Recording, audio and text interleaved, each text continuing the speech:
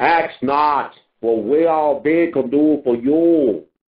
Ask what you can do for we all be.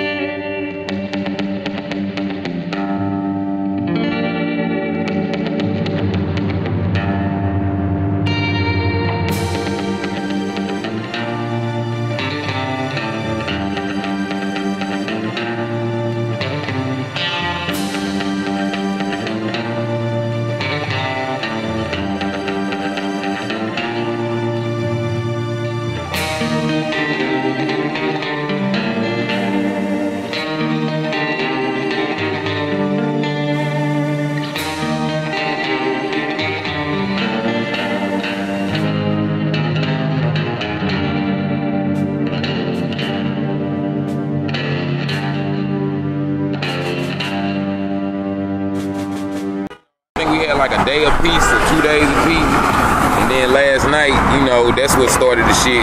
Back to tear gas and rubber bullets. Oh, I won't get this on. Okay, brother YC.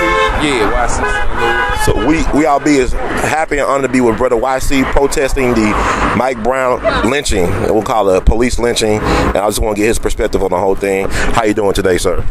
Man, I'm good as good can be considering the circumstance. So why are you out here for yourself? Why you are involved in this activity? Man, I am out here because it's just like me being a black man. It just feel like instinct, like considering what happened. Like it feel like I should be out here. Like ain't no question, doubt in my mind that I should be out here. I'm just doing my part because if this police officer get away with this, I can be next. My son, anybody, you know, anybody, white, black, it ain't color thing. It's right and wrong. That's why I'm out here.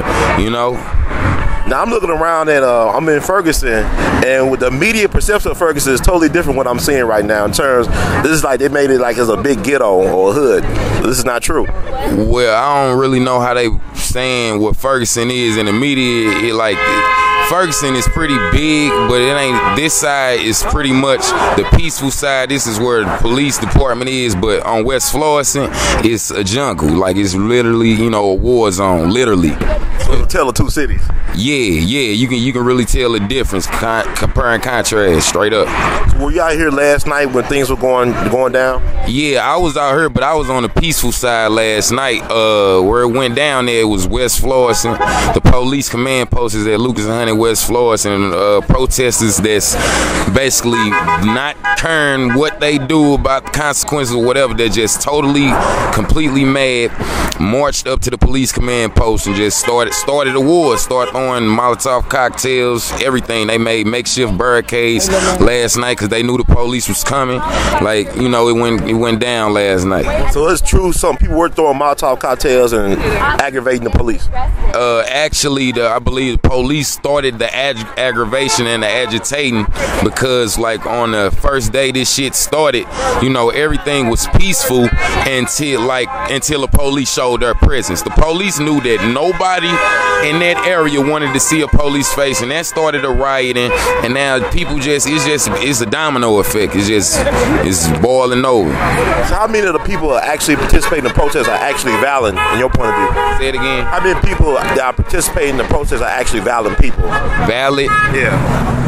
I believe that 90% of the protesters are actually valid people, you know, and that other 10%, you know, they causing destruction. That's all. You don't really need a lot of people to fuck shit up, but you know, that 10% is a lot of people compared to the globe, because the globe is behind it. So, but it's 10% of the people that's here not giving a fuck.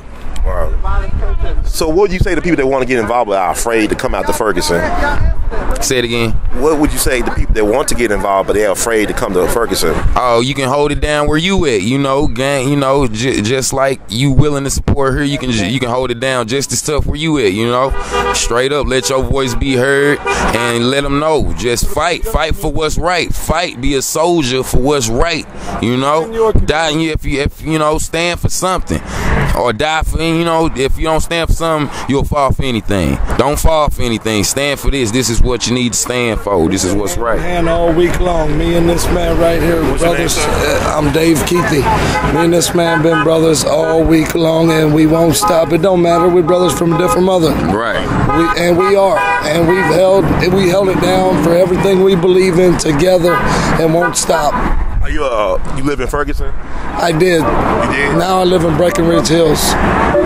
So 3 miles away. Okay. So the police terror is that really bad here? It's in everywhere in North County. Yeah. Okay. I heard some people told me about this. Police terrorizing, brutality has been existing since I've been adolescent. I'm from Berkeley. That's the neighborhood next to Ferguson.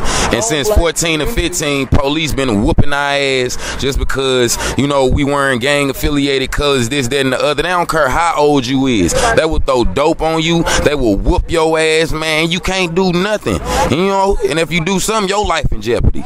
So, you know, or me and him and 3 other like black we guys grew up be riding together, you know, and we're gonna get pulled over because they're gonna say that I'm buying dope from them, yet I live 2 streets down from him. Wow. So it's funny. Somebody would tell me, a 50-something-year-old black man would tell me some of the same stuff y'all saying today.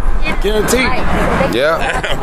That's how it is. I mean, this is everywhere. This isn't just Ferguson. This is global. Right. This continues to happen, and we have to stand together and keep it from happening. I'm from Georgia. I'm just up here working for a couple weeks, about 30 minutes away in Fenton. I've been out here every night since Saturday night. Every night. I've been out here standing with them. I mean, it's wrong. We got to stand as a people. Until we stand as a people, they're going to keep doing us like this. And they don't want us to stand as a people. They want to keep us divided by race, by anything they can, because they know if we stand as a people, we're untouchable. And we're not doing it harmfully. We're out here peaceful. We have been out here past curfew for the past 2 nights. They have not messed with us because we've been peaceful. We're not causing problems. We're not starting with nobody. We're out here speaking our mind. We're showing them that we're not going anywhere, and we mean business. We want justice. What do y'all think about the National Guard or the federal government intervening? You think that's the right step? Hell no. Racist bullshit. Okay. Racist bullshit. Man, anytime the police start militarizing, that's a problem. This is not a war zone. This is not Iraq. They started it. They knew what the fuck they was doing by showing their presence. If they would have never showed up the day Mike Brown was killed, if they wouldn't have never, like before the riots kicked off, before any rioting kicked off, I was riding down West Florissant. I saw a fleet of police cars right down the street before any riot. I'm like, why are the police, like, what are they doing down here? Right. You know, and then I'm going, you know, I'm driving. Next thing you know, I heard the police show up in full riot gear just to make sure they keep the peace. No, that soon as people saw them, they got pissed the fuck off. Like that was the first day everything happened. The media can make it whatever they want to make it, but they started the violence. They wanted the National Guard here. They wanted the National Guard here. They knew what they was doing. They got people riled up enough for them to have the right people seeing the National Guard. So that's what it is. So the National Guard here is not. I don't think it's a good thing, but they wanted them here. They pissed us off to the point where, hey, it wasn't no other choice. This community isn't racist, by the way. This right here is our community. Yes, sir. Right here. The only thing racist about it is the police. This is our community. Yes, sir. Wow. So what about Jay Nixon? I mean, what do you think about him, the governor? The governor? He can kick rocks. Man, the governor, man. Actions speak louder than words about the governor. Actions speak louder than words about a lot of what's going on, you know. The facts are the facts. You know, everything is in people's face. And far as the governor, man, all these people, man, people need to, my era and under need to get on they voting thing. They need to get in these ballot boxes, because the streets, you can't fight them with your guns, you can't fight them with your words, but you can at least have a shot. When you go to that ballot box, you have a shot. Anything else, you ain't gonna have a shot at. So Man, I'm a convicted felon. I can't vote, you know, but I can spread the word, you know. Absolutely, absolutely, absolutely right, and still can't vote. So only thing I can do is the people that got a chance, let them know that's what you need to do. So you got to go out and vote for this man that can't. Straight up. Straight up. What happened if this guy actually walks? Oh, man. I mean, I know y'all want to think about this, but what? If this guy actually walked, you thought the first day he rides was something. This community won't be no more. You thought motherfucking what's that movie? That autopsy report. It's horrible. Just think about it. I've seen old white that movie War of the Worlds. You thought War of the Worlds that one shot was okay because they're trained how to stop a person in one shot. Okay, right? And I seen it on CBS. They trained to shoot them. The taser or what is it, mace or whatever, you know. And one shot is okay, but they said after one wasn't okay. 2, 3, 4, 5, and 6 wasn't okay. The autopsy came out today. The fatal shot that killed Mike Brown was on the top of his head. Mike Brown is like 6'4". He had that. This is clarification that Mike Brown was down on his knee with his hands up and head probably down. That's the only way a bullet can hit a 6'4" man in the head. So that's the facts. It came out today. The facts are the facts, and everybody on the news, all the major media and everything is proving the facts, and it's in all right. And he's still on paid leave. This cop is still on paid leave. That's why people fucking shit up. Straight up. It's crazy. But yeah, that's why I'm out here, man, because I'm supposed to be. I want to thank you for being out here, sir, brother YC. It's an honor to meet you. Thank you. Anything else you want to share with man, YouTube me, YC St. Louis. I'm finna give you the biggest movie to ever come out of St. Louis right now for us underground locally that I'm starring in. And YouTube me, YC St. Louis, Google the music, but you finna see for yourself this movie that I got in my pocket. But this is exactly. I appreciate it.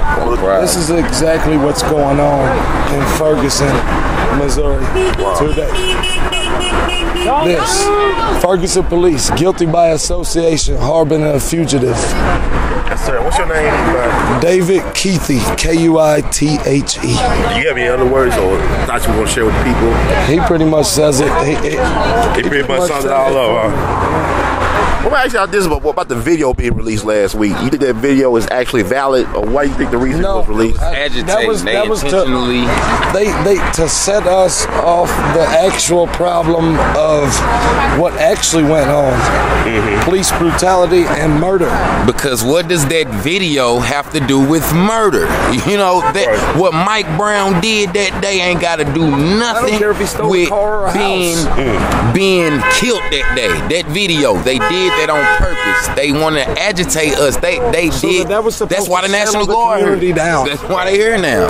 That was supposed to settle the community down and put it away from what the officer did and act like that child was a thug. And that's what I mean when I say actions speak louder than words. The officer wasn't a baby killer. That child, that kid, was a thug. And he wasn't even a grown man yet. He wasn't even a grown man.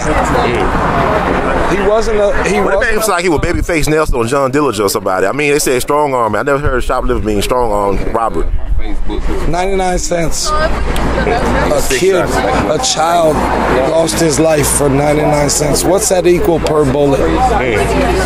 Think about 6 that. shots. Tread on that. 6 shots. I mean, how excessive is that? What does that equal? Unarmed, 6 shots. I mean, the person who was paid to roll that cigarello was paid more than his life, apparently, to that officer was worth. It's just wrong, man. It's wrong. I mean, if he was 35 feet away, he could have tased him. He could have maced him. They like using those tactics all the time. So why is it they got to shoot this man and kill him?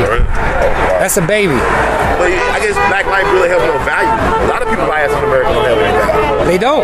Like I said, I catch it all the time when I'm in Orlando with my friends. You know how many times I get pulled over? What are you doing in this neighborhood? You don't belong here. I'm here to see a friend. No, you're not. You're in here buying drugs. Neighborhoods all my life, and I've dealt with racist police and all-white police communities when we're in the all-black community. I'm one of the few whites. We have to unite as a people.